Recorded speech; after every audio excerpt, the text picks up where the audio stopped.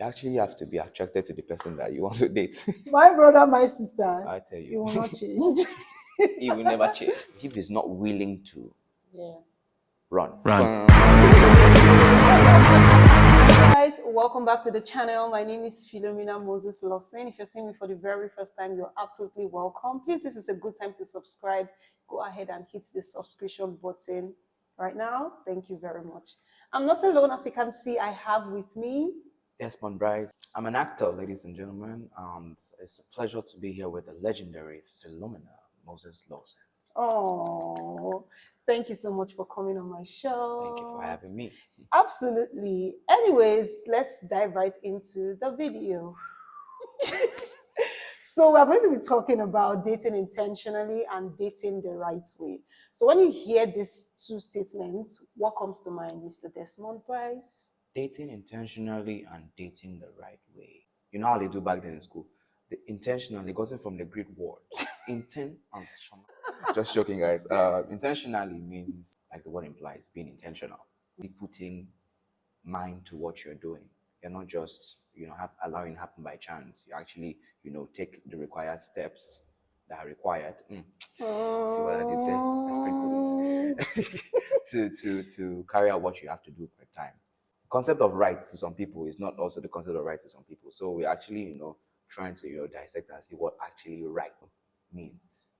In the true sense of it. When I hear dating intentionally, the thing that comes to mind from the female perspective is, okay, boy meets girl, girl meets boy, I like you, you like me. The first thing that should go through your mind before you move to any phase at all is, what does he want or what does she want? If not, anything that looks like, oh, I like you and you like me, there's no need to just continue with this. Let's just end it here. So that's where intentionality starts for me. For me, actually, before we get into all those deep stuffs, I actually want to, advise you, if you don't know your genotype, find out, because before the butterflies become dragonflies, like my brother Ebenezer said one time, before it becomes dragonflies, find out what your genotype is, because truth is, you don't want to suffer.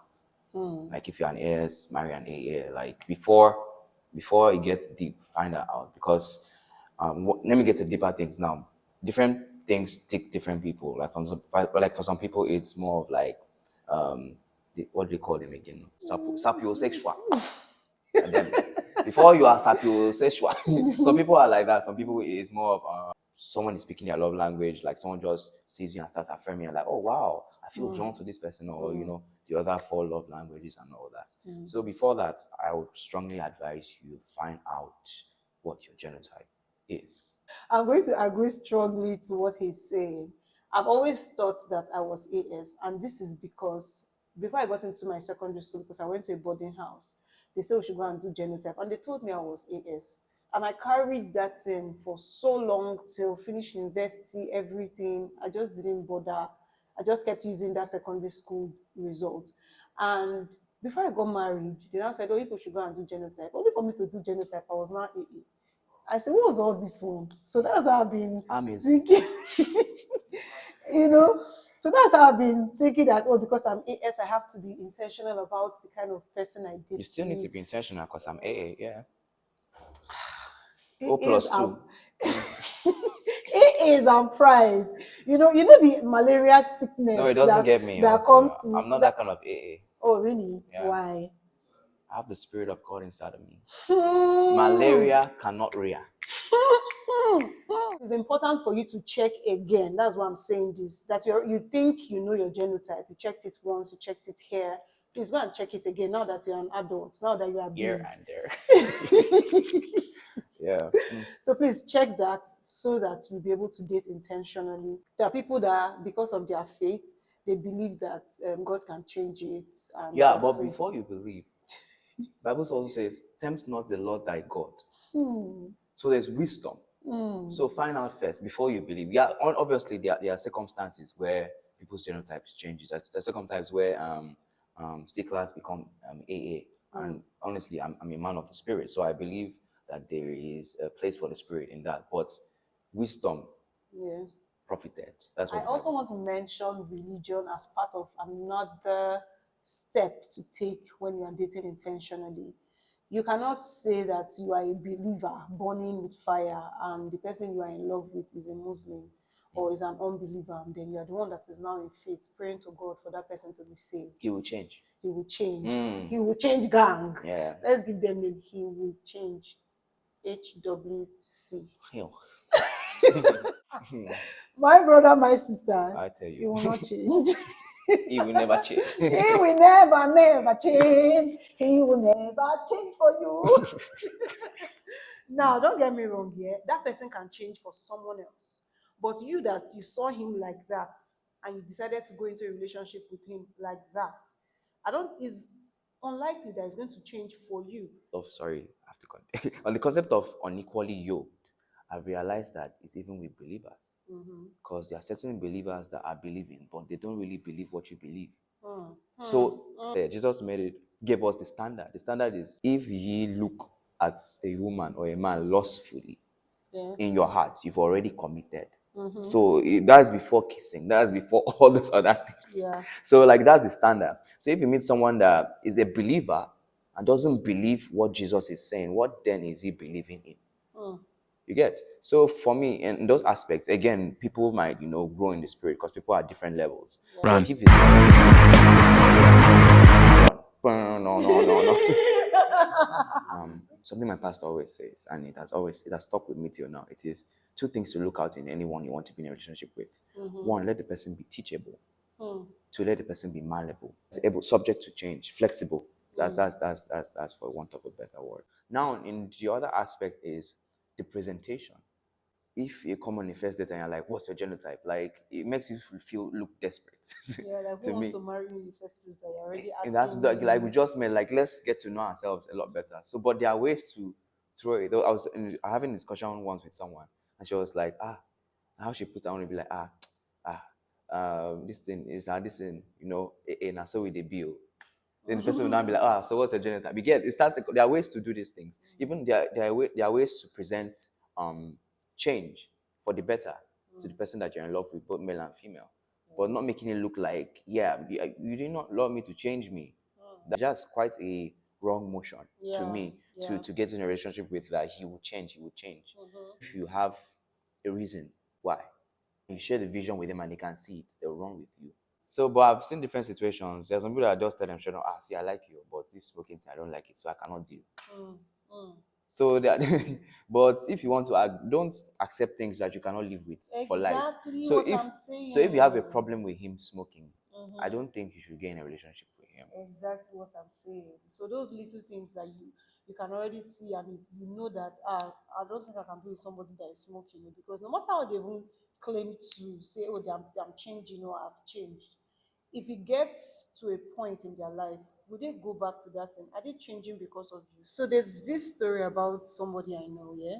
This girl, she and her boyfriend, they were unbelievers, and of course, they're just doing all the things that unbelievers in relationships do.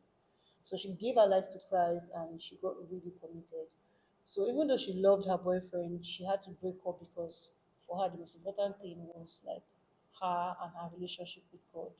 So she told him that, you know what, I don't think I can continue, and it's because of my faith. And he's like, because I love you so much, I'm ready to, also be in Christ. So he went and gave his life to Christ as well. Both of them now started trying to do things right, but it wasn't even up to like a month or two, and it was already like, oh my God, this wasn't how I met you. Things have changed, because now he wanted all the physical touch and everything that he used to do before. And she's like, no, we can't work. Even though somebody tries to change because of you, there's only how much the person can take with their own power and with just because of that love. So I feel like there should be a conviction to reason why they want to change. It shouldn't just be because they love you. It should be because they understand why they need that change. Get when the going gets tough and you are stuck, you will go back to the ways that you used to be before. So The concept of change, scripturally speaking, don't be conformed to the world, but be be transformed by the renewing renewal of of your your mind. mind. So that's the principle of change in the kingdom, is by the renewal of your mind. And what are you renewing your mind with? With the word of God. that God will grant you the spirit of wisdom and revelation, and the eyes of your understanding would be enlightened. So that's what actually brings change. When the eyes of your understanding is enlightened, when you actually understand, okay, this is what it is. This is what this is why I need to do this.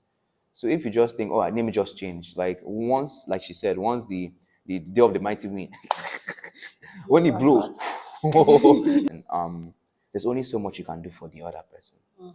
I think the best thing we can do is to intercede, because since we can't really affect, we're not in their minds, we're not in their hearts. Someone can be like, okay, I'm changing, but you don't know what's actually going in the person's heart of heart. In the kingdom, we don't just date, we date to marry. So if you are getting into a relationship with someone, it means that you see this person as a spouse.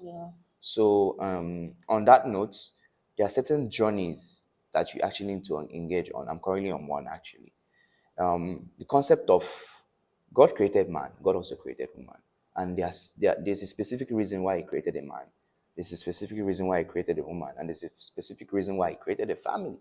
It's for these two people to find expression. That's why a man cannot do a woman's job, a woman cannot do a man's job. What I'm still doing is to reach out to people that have gone ahead. Like there are people that are like she's married, people that have gathered like a wealth of experience. Unpopular opinion. You actually have to be attracted to the person that you want to date. So amidst all these spiritual things, in the soulish realm for me, I like someone who is thoughtful, someone who is kind. I also like smart women, because I mean I'm a conversationalist, and for me it'll be amazing to find someone I can talk about a wide range of things, from government to politics to entertainment, without feeling bored or without feeling this thing, even if the person doesn't know, and we go and check it out. So for me, that's what the concept of malleableness and learning, teachability, because you guys can learn. Because honestly, marriage, I'm going to enter it soon, but I believe it is a journey of constantly learning. It's an institution that you get a certificate, and throughout the rest of your life, you are learning. So I hope that it's been value for your time. If you have watched up to this point, please collect your love from the screen. Take this hug from me. You are too much. You deserve it. Thank you for being here. I had an amazing time chatting with this one, Bryce. thank you very much for having me, the Philomina Moses, the legendary. One time. One time. If you're yet to subscribe and you've come this far, come on now. What are you waiting for? Please hit the subscription button already. Below. Low. I'm always at my peak. They can never bring me low. Oh, no way. Don't leave me. Don't leave me. I've left.